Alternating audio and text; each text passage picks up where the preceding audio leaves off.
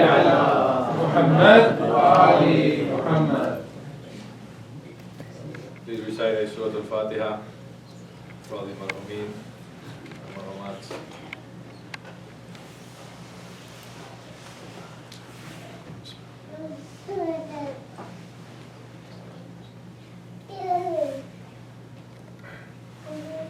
أعوذ بالله من الشيطان اللعين الرجيم. بسم الله الرحمن الرحيم.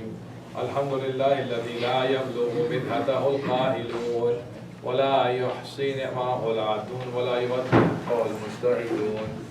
الذي لا يدركه بعد الهمم ولا يناله غوث الفدن. الذي ليس بصفته حد محدود ولا نعت موجود ولا وقت معدود ولا أجل ممدود. فضل الخلائق بقدرته ونشر الرياح برحمته ووتر بالصخور ميدان أرضه. ثم الصلاة والسلام والتحية والإكرام على النبي الأمي القرشي الهاشمي المكي المدني سيدنا ومولانا وطبيب قلوبنا وشفيع ذنوبنا أبي القاسم محمد. اللهم صل على محمد وعلى آله لبيته الطيبين الطاهرين المعصومين الميامين المنتجبين لا سيما بقية الله لا في الأرضين أرواحنا وأرواح العالمين لمقدمه الفداء. أما بعد رب اشرح لي صدري ويسر لي امري واحلل عقدة من لساني يفقهوا قولي. صلوات على محمد وآله. اللهم صل على محمد وآله. Brothers and sisters, Assalamu alaikum jami'an wa rahmatullahi wa barakatuh. And with another lap salawat, please move forward just a little bit, because we know from now we have the community coming in slowly and they will fill up as they usually do. Another salawat, please. Allahumma salli ala Muhammad wa ali. So inshallah we are gathered today to celebrate and to join together in this beautiful celebration and this beautiful and auspicious occasion that we had this week, and this felicitous occasion of the birth anniversary of Sayyida Zaynab bint Ali alayha salam.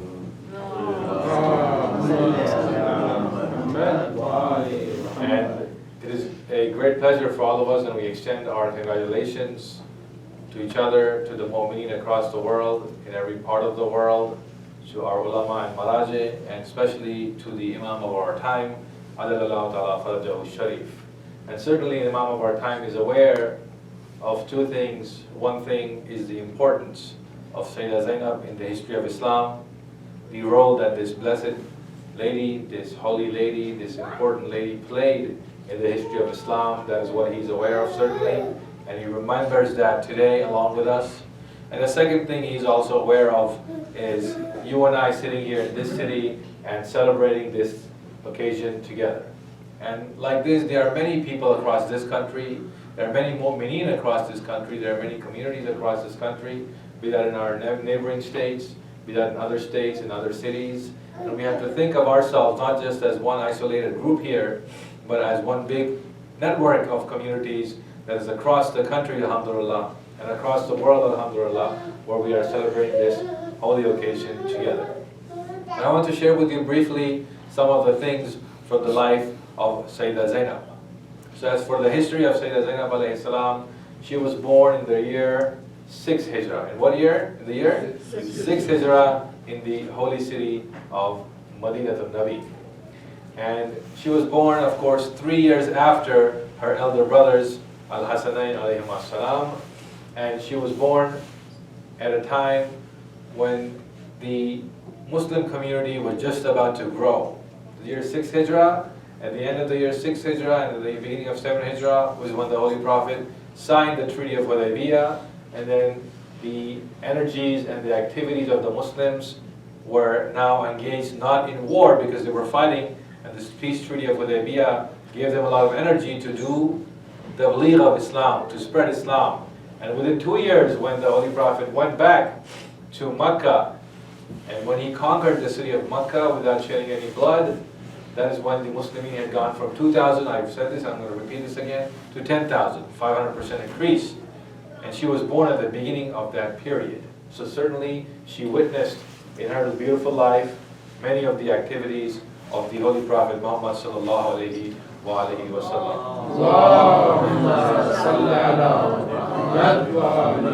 We also see that she spent the first 4 years of her life with her grandfather, the Holy Prophet, and with her blessed mother.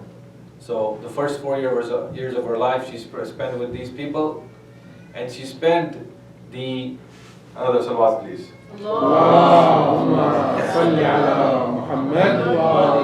34 years with her father Amir al-Mu'mineen, 44 years with her brother Imam al-Hassan, and 54 years with her brother Imam al-Hussein alayhi salam. She spent all these years with these holy personalities.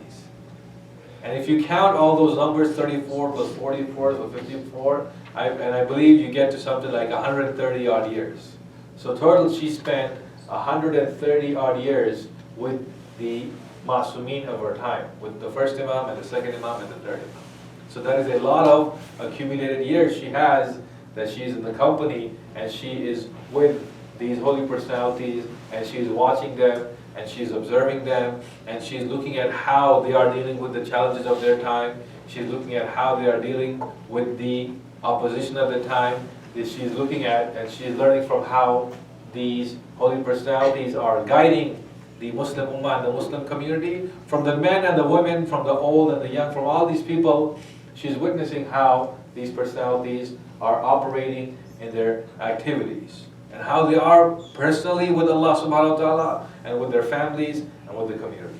So she is certainly a very important collection, a very important repository, a very important place where we can look to see what really is the Sirat al-Nabi, what really is the Sirat of the Ahlul Bayt, what really is the path of Amir al-Mu'mineen, what really is the way in which Fatima Zahra alayha salam dealt with everybody, what really is the way in which and how did these Imams, the two brothers, deal with the opposition that they faced and deal with the issues and challenges of guiding the Muslim community. Salawat ala Muhammad wa ali.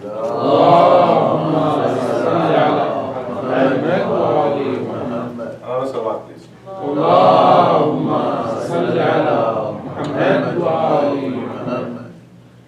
Now when we look at the life of Sayyidah Zaynab, we see that after all these years, she has a lot of lessons for us to learn from. And many different poems and many different shi'r have been recited about her in different languages. In Arabic, there's a lot of poetry about her. In Farsi, in Persian, there's a lot of poetry about her. In Urdu, in other languages, in Turkish, there's a lot of poetry about her. In English also, there's a lot of poetry.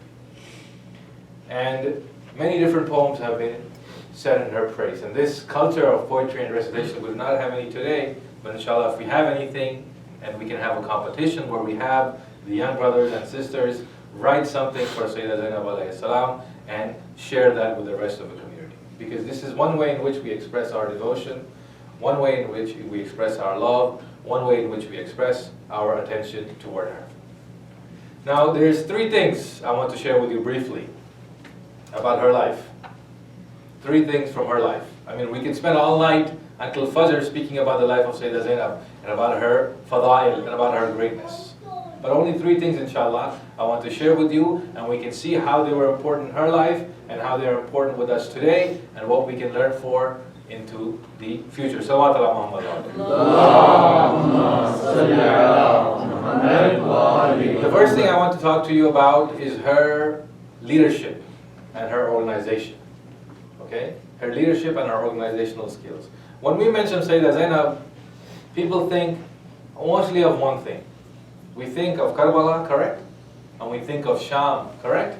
And we think of Kufa, and we think of Medina. We only think about her life where she is mazloom, she is in chains, or she is tied up in ropes, and the Banu Umayyah and the enemies of Islam are taking her from one place to the other place. That is all we think about when we mention Sayyidah Zaynab's role. But we do not focus on that part of her life which she spent with the Ahlul Bayt. When Amir al-Mu'mineen alayhi salam moved from the city of Medina to what city did he move to? What was his capital? My young brothers here. Where did Amir al-Mu'mineen rule from? Kufa. The young brothers, inshallah you're awake. Salawat please. Amir al-Mu'mineen moved from the city of Medina to the city of Kufa. Okay, he went to Kufa. When he went to Kufa, he ruled from Kufa for how many years before he was shaheed? 4 years. 4 years. 4 years and something. So he ruled from the city of Kufa for 4 some years. when he moved from Medina to Kufa, the age of Sayyida Zaynab alayhi salam was around 30 years. She was 30 years old. So she was a lady of 30 years. And she moved to Kufa and she spent that time with Amir al-Mu'mineen. By the way, she was also married to Abdullah bin Jafar. Okay? Abdullah bin Jafar bin Abi Talib. Jafar ibn Abi Talib was one of the members of the Ahlul Bayt who went to Africa, and he came back from Africa after the battle of Khaybar, and he was made shaheed in the battle of Mu'tah, right?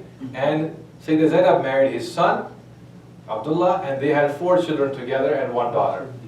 From the 4 sons that she had, 2 of them were shaheed with their uncle in the battle of Karbala.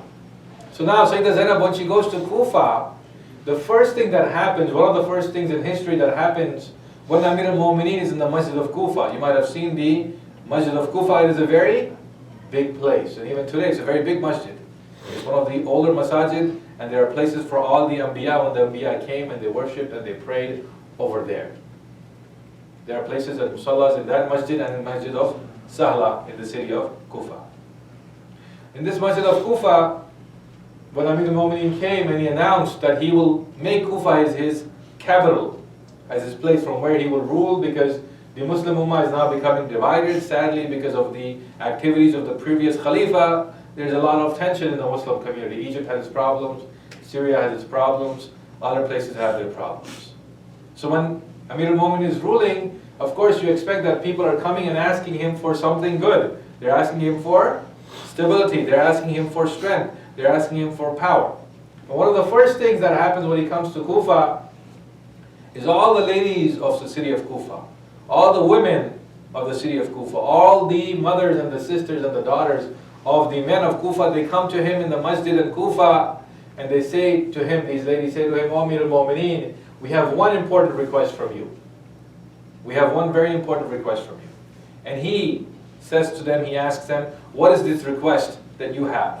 And they say to Amir al-Mu'mineen, they say, "Please appoint your daughter Zaynab as our teacher for the Holy Quran. Please appoint Zaynab as the teacher, our teacher for the Holy Quran." Now when I say teacher of the Holy Quran, what do we think? You and I, we think Sunday school, right? Yeah. We think we come here, we learn Quran and we go home. But I'll tell you, brothers and sisters, that is not what these people of Kufa meant. Recite us salawat, please.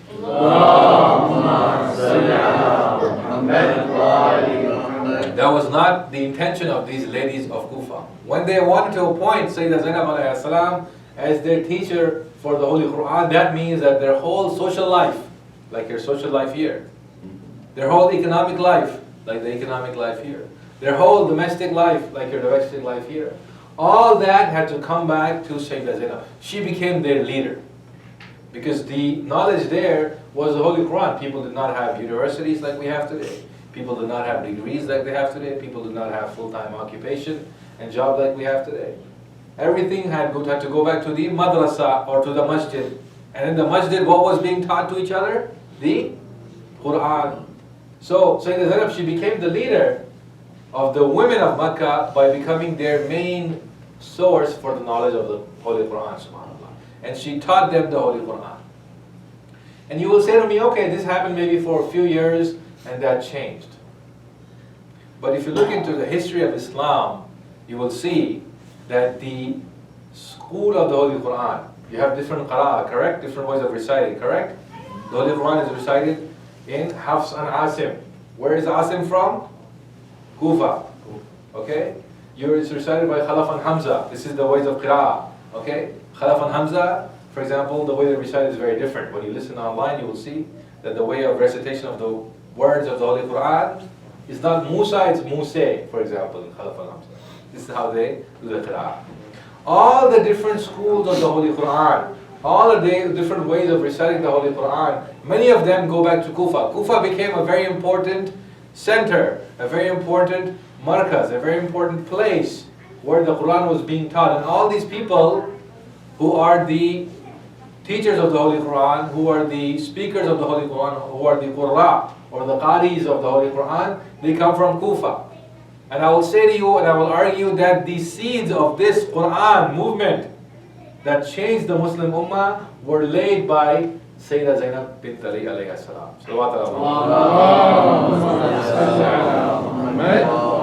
Sadly, no one speaks about this angle of the history of the Ahlul Bayt and the Holy Quran.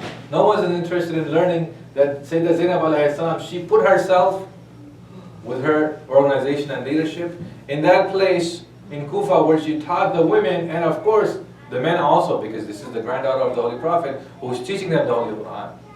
And all that led in history, slowly and slowly and slowly, in the next 100, 150 years in the history of Islam, when all these different people who were reciters of the Holy Quran came from Kufa. The Quran became very important for the people of Kufa. The people of Kufa had their own school of the Holy Quran, had their own way of reciting and understanding and studying the Holy Quran. And all the credit is due, my brothers and sisters, to Sayyida Zaynab bint Ali. Salawat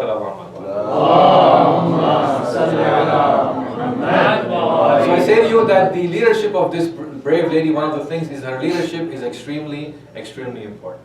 What do we see today?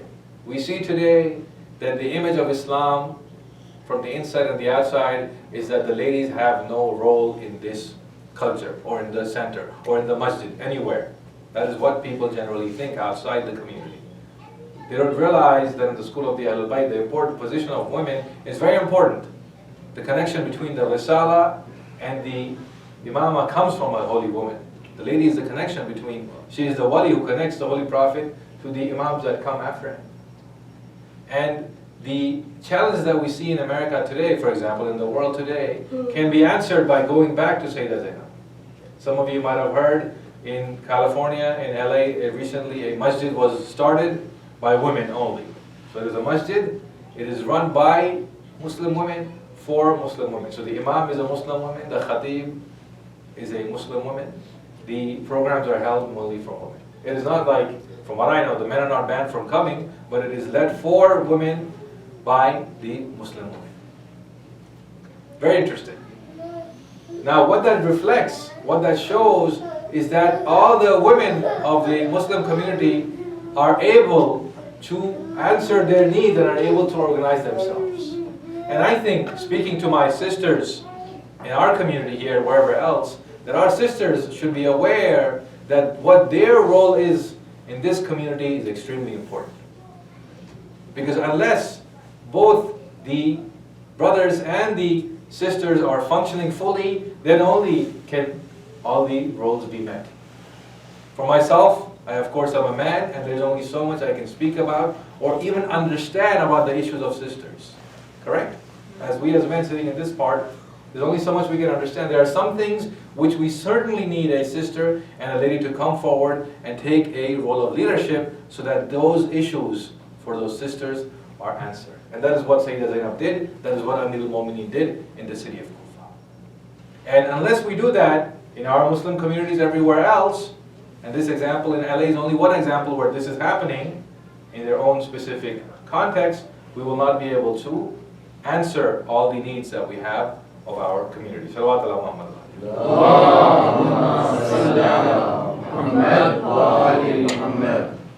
The second thing about this holy lady, my brothers and sisters, is her bravery, her shuja'a, correct?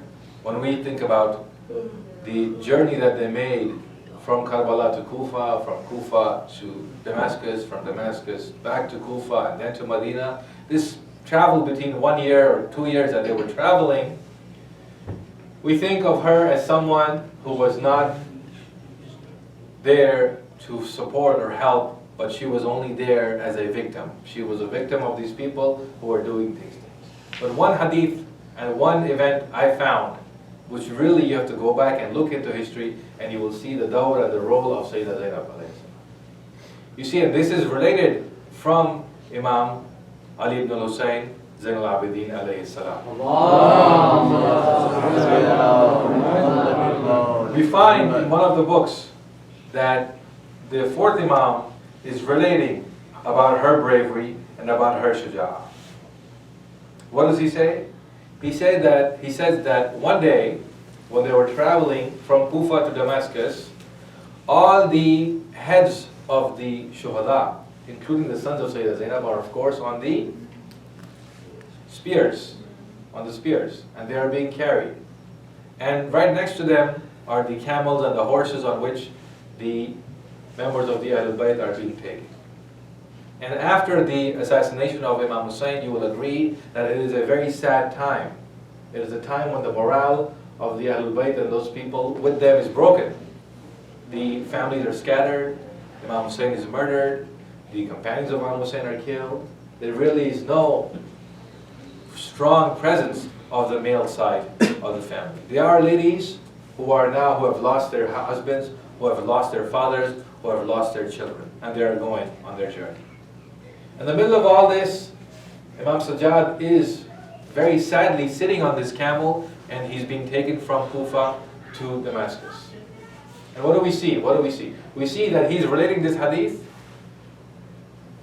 And what does he say? He says that one day I was sitting like this and I was looking at the heads and I was very sad, the Imam says, and all of a sudden I see my aunt Zaynab come to me and she asks me, "Oh, son of the Holy Prophet, oh son of my brother, why is it that I see you so sad?" And he says to her, he says, "Oh my aunt, this is what I see, this is what happened." And she has a smile on her face. SubhanAllah, she has a smile on her face. And what does she say to him? She says, "Do you not remember the hadith of Ayman? Should I relate for you the hadith of Ayman?" And she relates for him the hadith of Ayman.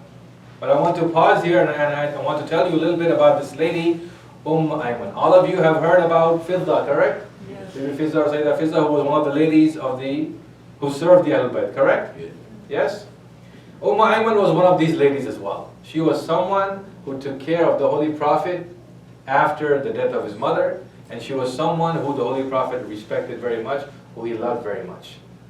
And her husband was one of the shuhada in the Battle of Khaybar, her husband. And she stayed with the Holy Prophet and with the Ahlul Bayt for a very, very, very long time. This is the position of Ayman.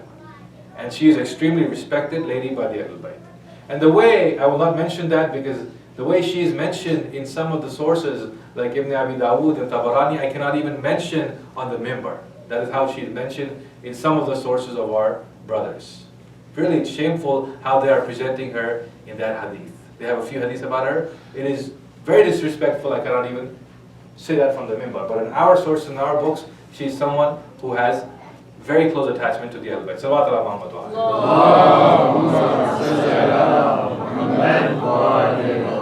alihi. So this blessed lady, my brothers and sisters, Ayman, and the hadith which Sayyidah Zaynab is relating to Imam Sajjad on their way. What does she say? She says, "O the Imam of my time, O the son of my brother, do you not remember the hadith of Ayman?" And he says to her, "What is the hadith?" And she says to him, one day the Holy Prophet Muhammad sallallahu alaihi wasallam, he was there in the house of Fatima and he came. And when he came to the house of Fatima, all of them were present. And Ayman is telling them this. All the 5 members of the Ahlul Bayt were present.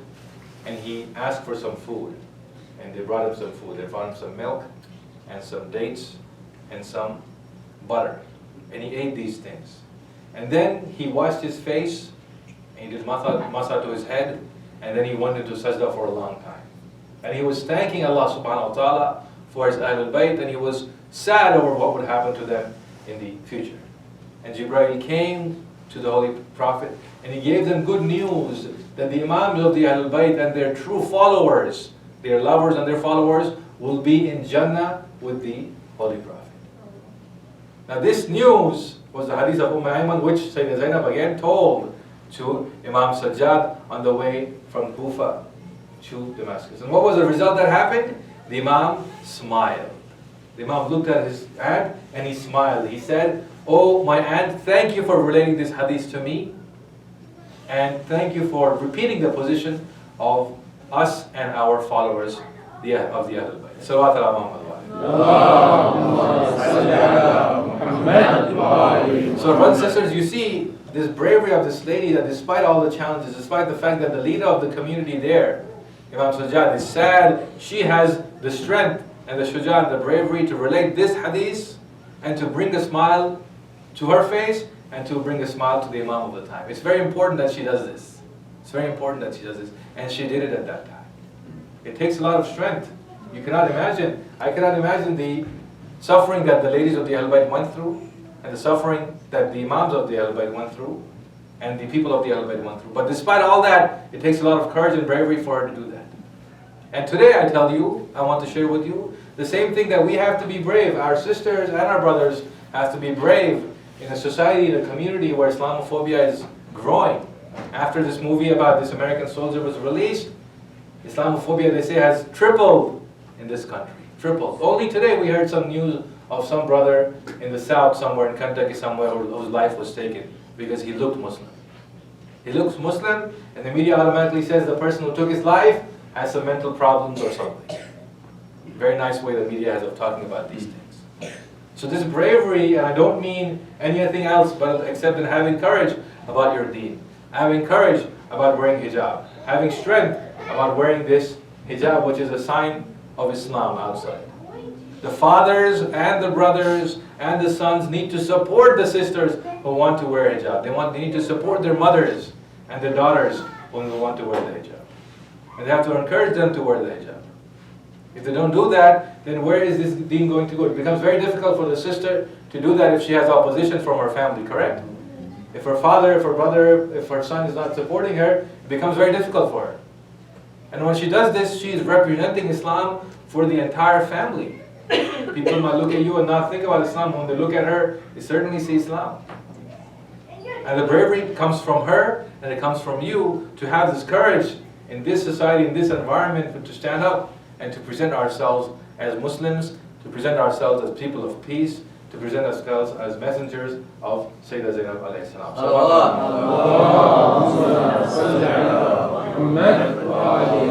The last thing, my brothers and sisters, I want to share with you about Sayyidah Zaynab alayhi salam is her perseverance. Her perseverance means that her continued activities and her continued strength to support Islam. Let me ask you this. Sayyidah Zaynab died in the year 62 Hijrah. Okay? Karbala happened in what year? Karbala happened in 60, beginning of 61. Okay? So she died in the year 62. After 1 year. 1 year and a few months, she died. Okay? Where is she buried? Is she buried in Medina? Sham. It's Sham, or some riwayah say in Al-Qahira, in Misr. Is she buried in Medina? Yes or no? No, most people say no, except one of our ulama, Sayyid Muhsin al-Amin, rahimahullah. Except him, most of the ulama say that she is buried in either Sham or maybe in Cairo. So this lady, who went from Karbala to Kufa to Damascus to Kufa back to Medina, why is she not buried in Medina? What happened? That she had to go from Medina again somewhere else, and her grave is not in Medina. Because one thing that this shows is that when she came back after the suffering, after the travels, after the problems, after the torture, after the harassment at the hands of Banu Umayyah, she did not stop her activities. That is the reason she had to leave Medina. Very simple. She did not stop preaching about Islam. She did not stop preaching about the message of Imam Hussein. She took Medina, and the first thing she did was went to the shrine and the grave of her grandfather, the Holy Prophet Muhammad sallallahu alayhi wa sallam. And she kept talking about Islam. She kept talking about the message of Abu Abdullah Hussein. She kept mentioning the message of Abu Abdullah Hussein. She kept mentioning what Banu Umayyah did. And what did they do? The history books tell us that they became scared. Yazid was still alive. They became very afraid. And they requested her, they said, please leave Medina. Even though she wasn't going to live for too long after all these tortures, even though she was going to pass away after a few months, she left Medina. Now either she went to Sham or she went to Misr, something else. It's a different discussion, what the history books tell us, but she's not in Medina. Why? Because she kept trying and trying and trying, even to her last breath, to preach. Let me ask you this. What is the encyclopedia that you use, the most famous one online? You go to this one. If I say something, you will open it right now. Some of you have it on your smartphones. You will open it right now. Look it up. Wikipedia, right? Who said Wikipedia? Wikipedia. What is the most active category or active entry in religion? When you look at the religion category, which entry is the one which has the most changes and people are talking about the most? Take a guess. God. I'm sorry, God, or it actually is the entry on Muhammad. It is the entry on Nabi Muhammad that is the one where people are making their changes most, which is the most active, meaning that people have a lot to say about it today. This is the latest research. That people go and they say Muhammad was like this, Muhammad was like that, he was a good man, he was not a good man, and they're always talking about it. So all these things that are happening, people are very interested in the history of the Nabi Muhammad sallallahu alaihi wasallam. That means they're interested in Islam, right? That means they're interested in the history and the characteristics of the Holy Prophet. They want to know more about it and they are debating about it. So the point is, at that time, the Wikipedia of that time was being formed after Karbala. The encyclopedia of that time was being formed. In people's minds, in people's books, it was said that Hussein was a good man or Hussein was a bad man. It was being written that Hussein was someone who was rebellious against Yazid, or Yazid was someone who oppressed. This debate was going on. And Sayyida Zaynab bint Medina, she constantly tried to make her voice heard, to make her addition to the entry over there. Right? She constantly was trying to do this. And that is why she was asked to leave the city of Medina. And after a few months she went and she left. So I tell you, today the battleground, you will say, or today the place where we are debating and discussing, today the place where many people are paying attention to Islam is online, is in social media. And unless we understand that, unless we find the right resources to teach ourselves, and we learn where the resources are, where the negative ideas about Islam are being spread, we will not be successful. My brothers and sisters, we live in a very connected world. We live in an extremely connected world, and we have to become extremely aware of that. And our sisters have a very important role to play. Be that with World Hijab Day, which we have in February, be that with the presence of the stories of the conversion of some sisters from different religions to Islam and their experiences with wearing hijab, be that with the ideas and the speeches and the short clips our Muslim sisters can put up and share with the world about their role in Muslim society and their experience with Muslim society. When we don't have that, then people will say the Muslim woman is not there. She's not speaking for herself. Only men are talking, women are not talking. That's not true. This is a space for sisters to talk and to share, and it's something that we can understand and realize. Salawat ala Muhammad. So I hope that you have, inshallah, understood some of the things we were discussing about the bravery and the leadership and the history and the courage of Sayyidah Zaynab alayhi salam. It is something to learn from. It is something to apply in our lives.